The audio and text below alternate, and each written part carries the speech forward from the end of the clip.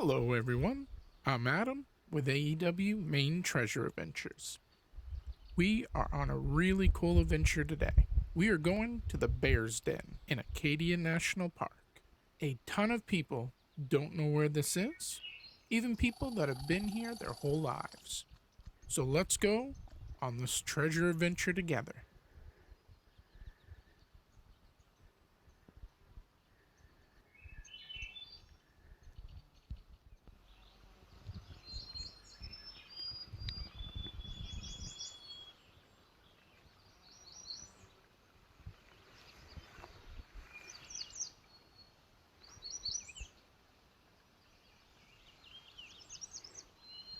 I'm walking the entire way because this part of the park loop road is closed as we are in the middle of winter here in Bar Harbor.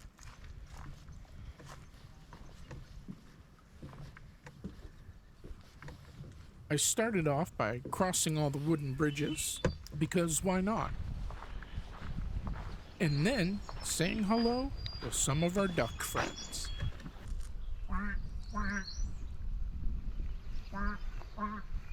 We are going past the Sertamont Springs Road and continuing on the Park Loop Road, under the bridge and past the Bear Brook Picnic Area. From there, we come to a pond. This is called Beaver Dam Pond because for years, beavers have made this home. Most likely, you won't be walking this road the entire way. If you are in a car, you can park at the overlook. It's called Sols Cliff Overlook.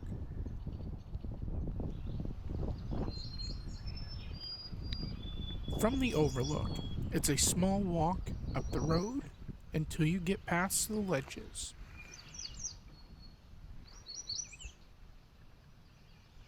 You will start making your way to the woodline where you will start to see the bear cave.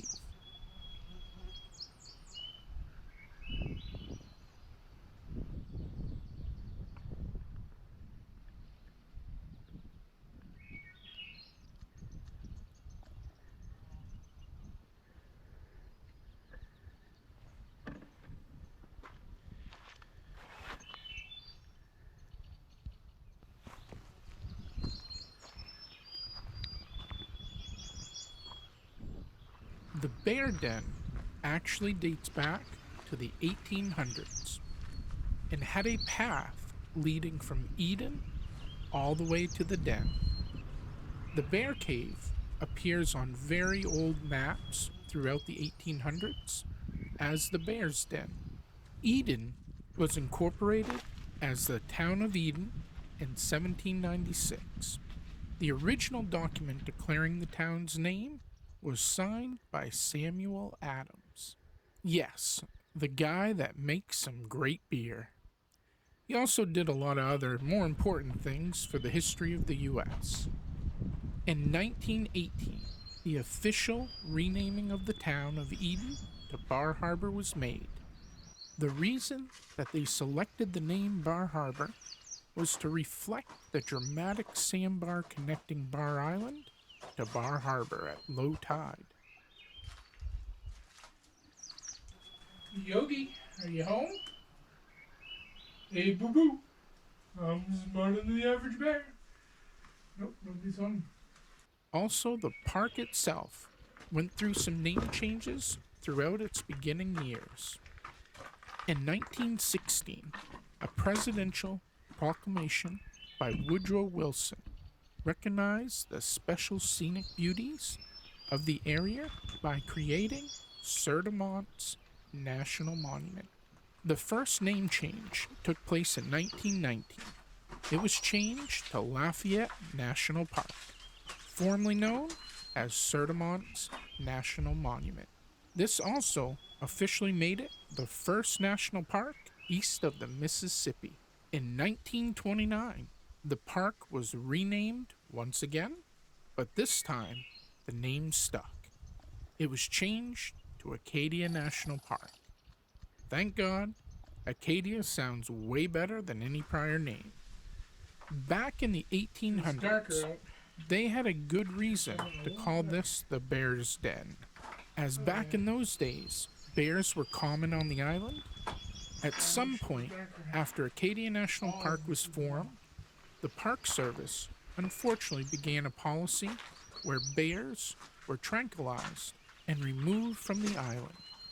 The good news is, in recent years, that policy was ended and bears are slowly making a comeback in the park. Though bear sightings are still very rare, throughout my life on the island, I've maybe seen 5 total bears. 3 of them were out by MDI High School, 2 in the park. This is one of the reasons that it's extremely important that what you carry in the park, you take out of the park. And make sure any garbage is put in designated trash cans. After the park was formed and the park loop road was constructed, it was believed the bear cave was lost forever because the construction of the park loop road had destroyed a large section of the old path. The great part is, it's still here. Some of the forward wall has been broken away over the last 100+ years from people pulling rocks out. Don't be that person. Come look, carefully touch, explore it, have a picnic there if you want, but don't destroy it. While I'm here today, something cool I'm gonna do is I brought my dive light because it has a UV and red light built into it. It isn't very dark right now, but I know this cave will light right up during the nighttime. Check this out. Look at the colors that show throughout the rocks. I'd love to bring up with a handheld portable XRF spectrometer to see the analysis breakdown of the minerals that are in the rocks. For example, is some of this radioactive? It's very likely.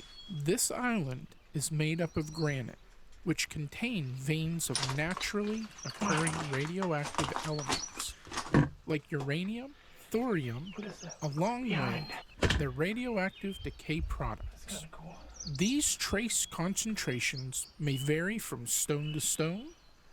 I have a couple of videos that I show off some of the rocks that I know have radioactive material in them, like uranium. But no need to worry, I'm not too concerned about the uranium, as this granite around the island contains between 1 to 20 parts per million of uranium, which is a small amount and harmless to me, unless I start eating tons of crushed granite. Luckily for me, I ate before I left, so I'm not hungry right now. Did you know that the average person in just 1.3 micrograms of uranium per day? On MDI, that may be a little higher than the average compared to other places that have 0 granite rocks. You can't really avoid uranium, as it can be found in drinking water and soil throughout the world. All that was. Here is a map of the uranium concentrations throughout North America. I've been coming here since I was around 12 years old.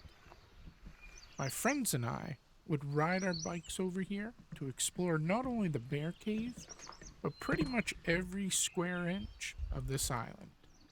Some things get lost over time. My goal is to show some of it off and help people find some of the most unique places around Bar Harbor and Acadia National Park that most people don't know is there.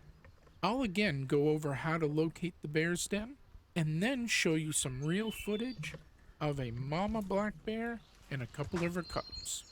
You drive along the one-way section of the park loop road, Beaver Pond. go past the Bear Brook Picnic Area on the left side of the road, then pass the Beaver Pond on the right side of the road. Park at the overlook called Sols Cliff Overlook, and walk on the right side of the road along the ledges. Make sure you stay out of the road. It's an active roadway during the summer months. Once you come to the end of the wall of ledge, cut into the woods, straight ahead, you will see a dark area. That is the bear cave. The cave goes into the mountainside at an angle, and a well-worn path leads to the entrance. I've put a few maps throughout the video that shows the location, including the GPS coordinates to help you locate it. I'm one that believes that history needs to be shown off and not kept a secret or hidden from the people.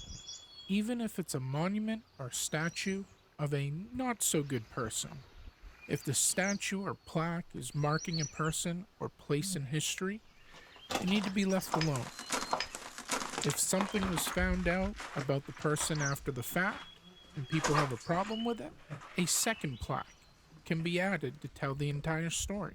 But it shouldn't be destroyed years down the road because some people want to hide the history. History is how people can learn from their past mistakes. History is all you have to look back on to see where things started and how things were. If it's destroyed or taken down, there's a good chance that history will repeat itself. The history guides people in their thinking about those facts from the past, how to change to act in the present, and what possible futures to see. History also directs people's views of themselves. Some interesting facts about black bears. Black bears are master of adaptation.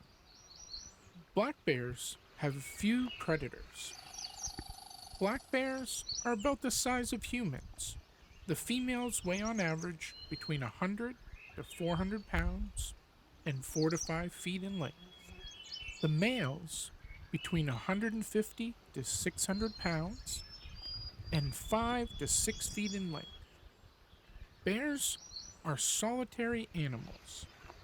Bears give birth before emerging from hibernation. Black bears lose half of their body fat while hibernating.